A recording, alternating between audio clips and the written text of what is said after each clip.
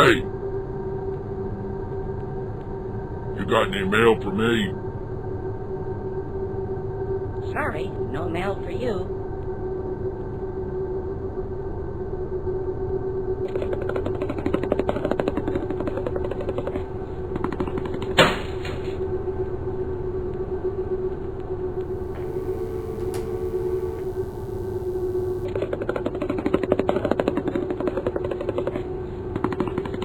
I'll fix it my fucking self!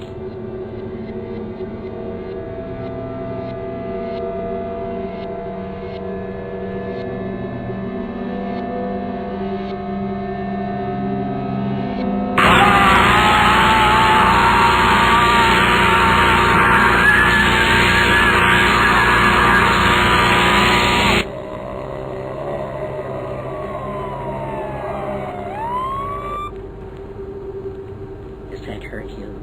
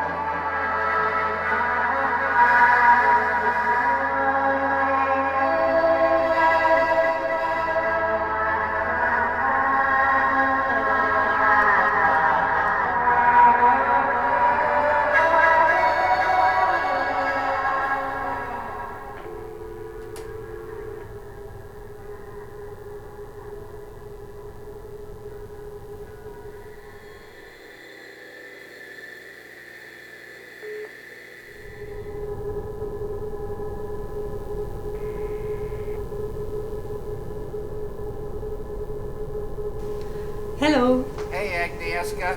Hello, David. You're on speakerphone here. Yes? Can you hear me okay? I hear you okay.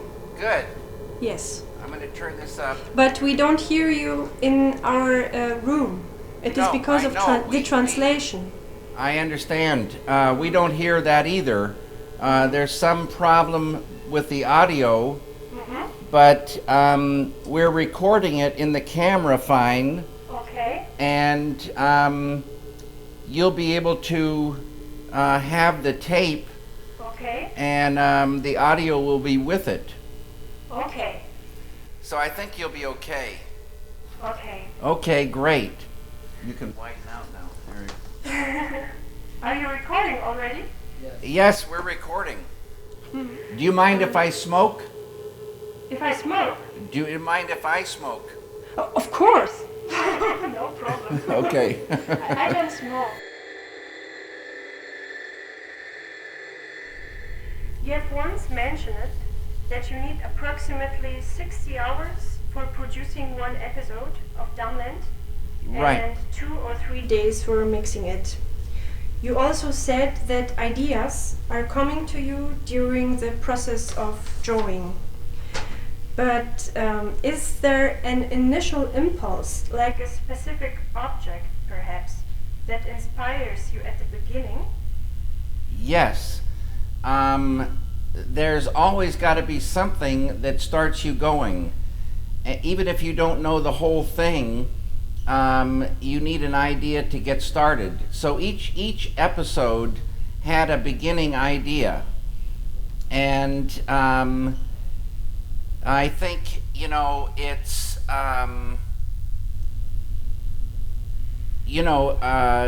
like the stick one, it was just that, a man with a stick caught in his mouth. And then it started happening that I start thinking about drawing it, and when I start, then more things become apparent. Do you think that our imagination is a place for forbidden things? Well, the imagination is a place for many things, and it helps out to work out problems in advance. It's used by us all the time, and it can be used for all sorts of things, all sorts of forbidden things as well. So-called forbidden things. Nothing is really forbidden. Like like the angriest dog in the world, is kept on a leash. The main character in Dumbland is kept in a certain area surrounded by a high garden fence. Why did you put this limit in there? Well, I don't know. I think that everybody has their space, and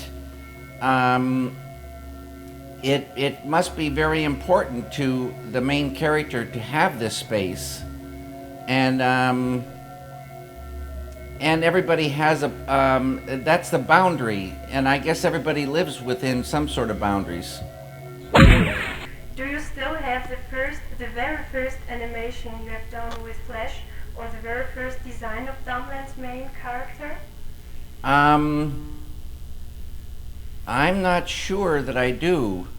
I know you asked me about that. Yes. I just played you the first Dumbland. I'm just looking around.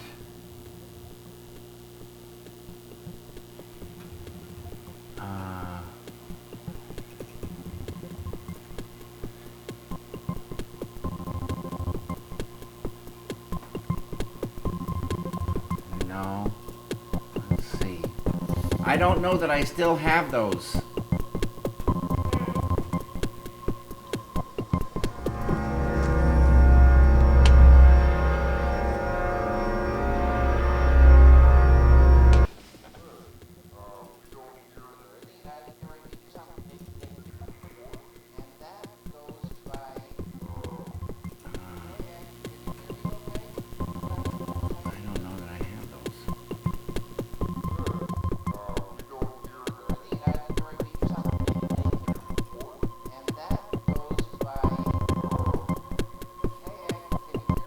I don't know where those are, Agnieszka.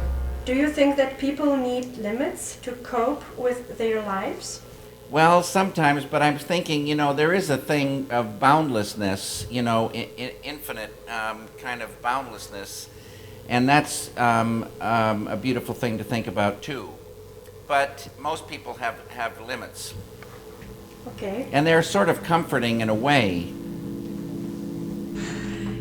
Those who saw Dumbland could be divided into the following 6 groups.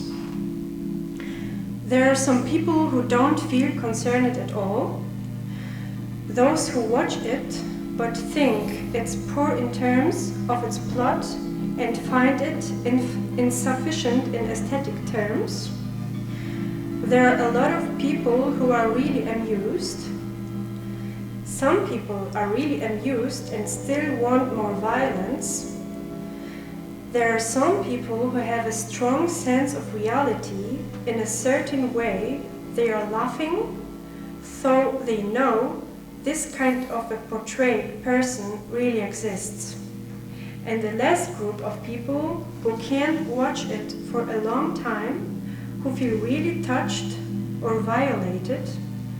One woman even told me that she had the impression of being raped, and another person said, violence portrayed in this simplified terms is hard to stand.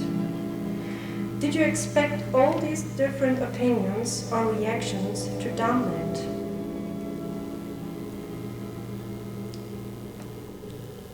Whenever you do anything, you get so many different opinions because we're all different on the surface. So that's very interesting.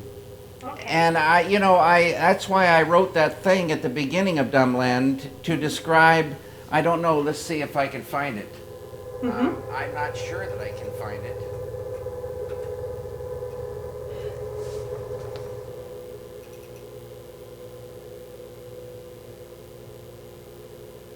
Yeah, okay, so there it is on the screen. Dumbland is a crude, stupid, violent, absurd series. Mm-hmm. If it is funny because we see the absurdity of it all. And that kind of helps people, maybe, figure out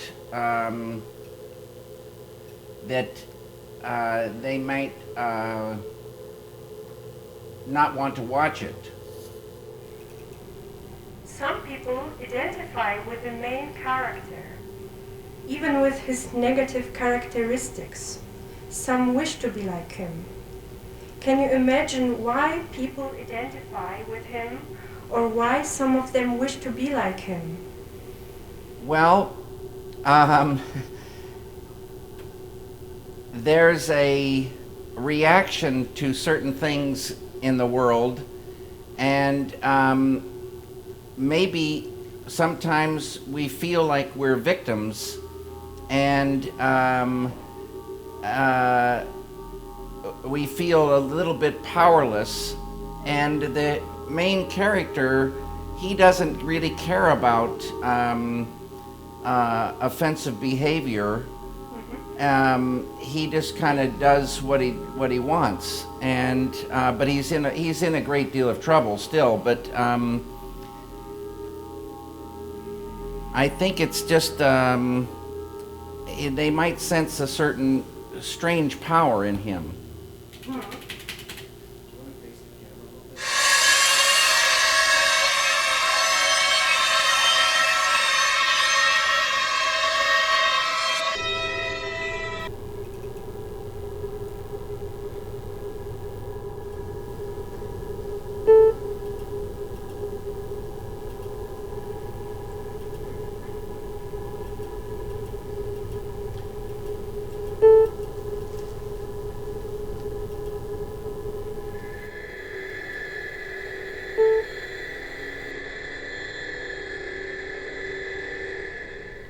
Okay.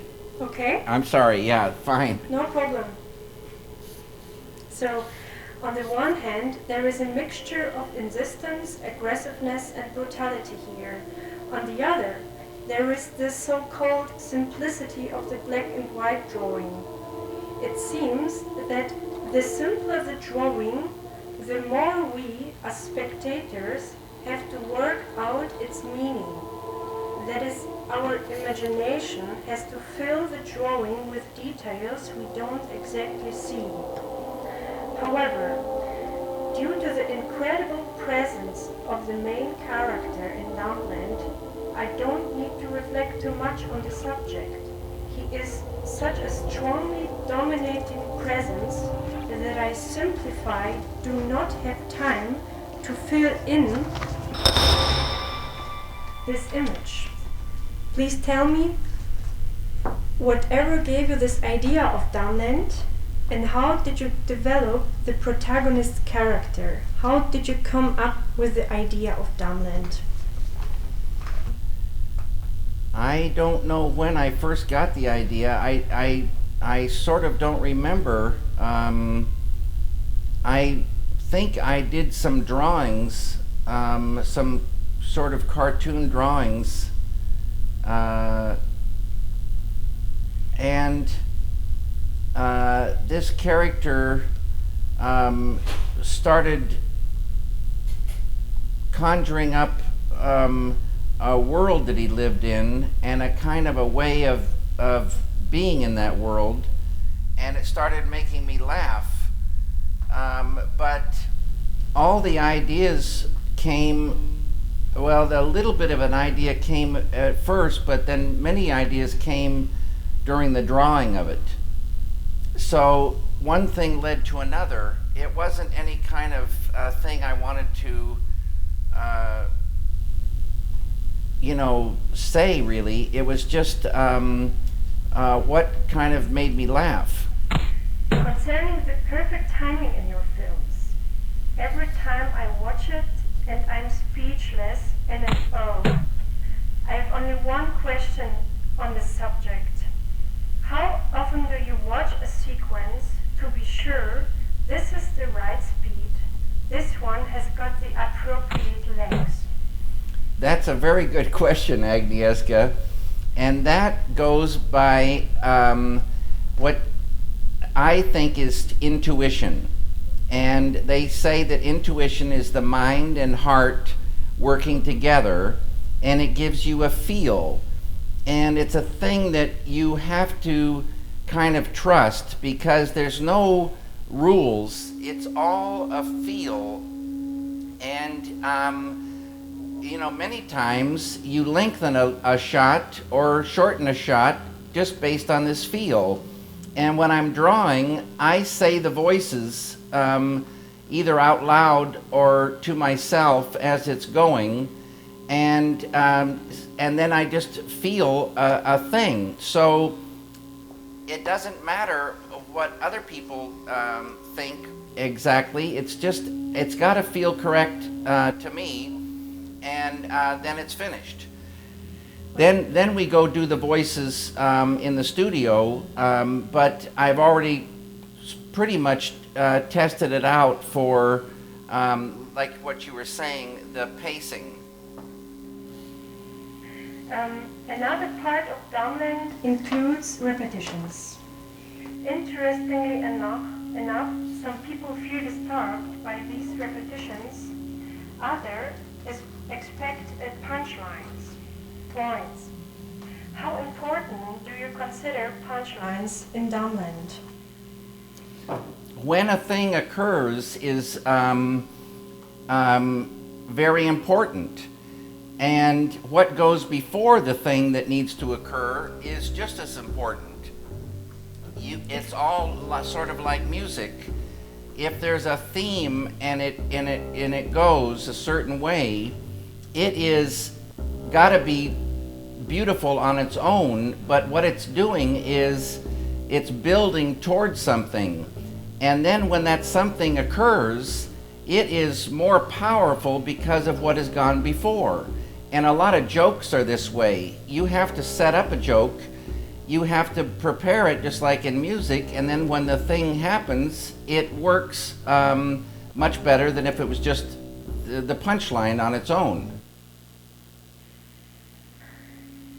Watching the protagonist's character, I think in the beginning it's drawn in a very rough line. Then it's subject to a change. As you have once named it, bedlines drawing is becoming smoother. Can you agree with me? I agree with you because I can show you on the screen if you'd like to see. This is, no, let's see, I'm sorry, let's try again here. This here playing on the screen is the first one. The first one. Yes. Yeah, and you can see how ridiculously simple and poorly drawn it is. Yeah. And so later on, I got, let's see. I don't know which, like this is number 7. It's the same in the beginning. Yes. But there is the hero, which we call him Randy. Yeah. But it's much smoother, Mm-hmm. and it's just because I got more of the hang of Flash, Mm-hmm. and was building up a bit of a library and a way to do it. One morning, thinking of the interview, I said to myself, bedlines are like an octopus. You just don't know what to expect, and everything seems to be possible. Do you see another animal in bedlines? Well, an octopus is a good one. Because it suggests all those possibilities, and I agree with that. We live in a world where we can have all possibilities, and it's pretty beautiful. Drawing means an artistic technique which is really close to the process of thinking. Drawing is thinking, or do you think this is an exaggeration? Well, drawing comes from thoughts, and the thought, originates it gets caught in the mind, and then eventually it makes its way down to the hand, and then you begin to draw. Well, I love to draw, and I've been drawing since I was little. It's just a thrilling thing because it's one kind of medium to translate an idea. It exists as an idea, and then a few moments later, or maybe a long time later, it exists as a drawing. The idea becomes something. But it's always action and reaction. I've never done anything that's really, I never had an idea that's totally complete at the beginning. And it grows a lot of times, most times, through action and reaction.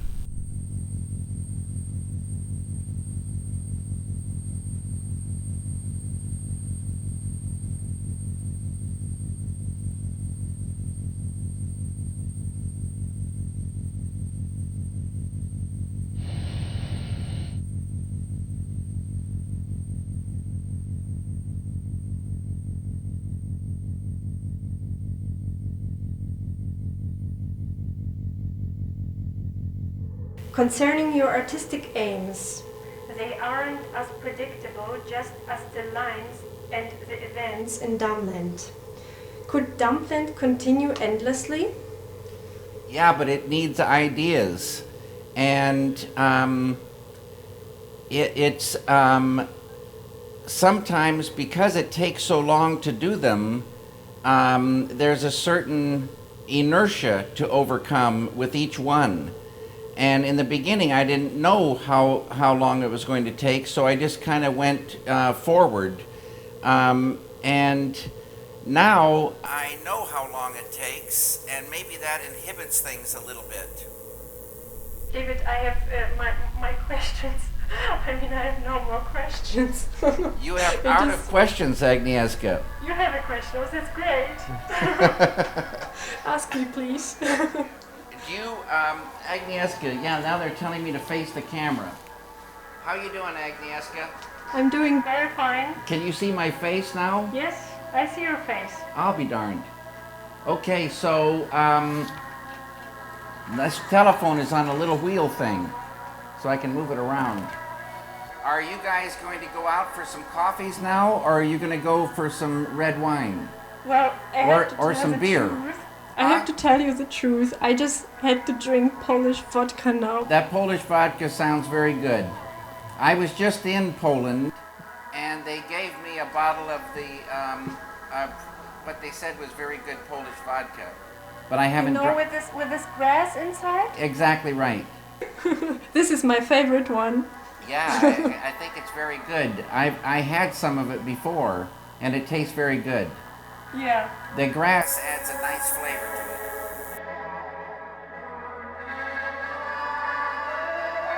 it. Okay, cheers to you guys. Yeah, okay. Okay. Bye-bye, David. Bye-bye. Thank you very much. You're welcome. Thank you, Agnieszka. Bye-bye. Bye.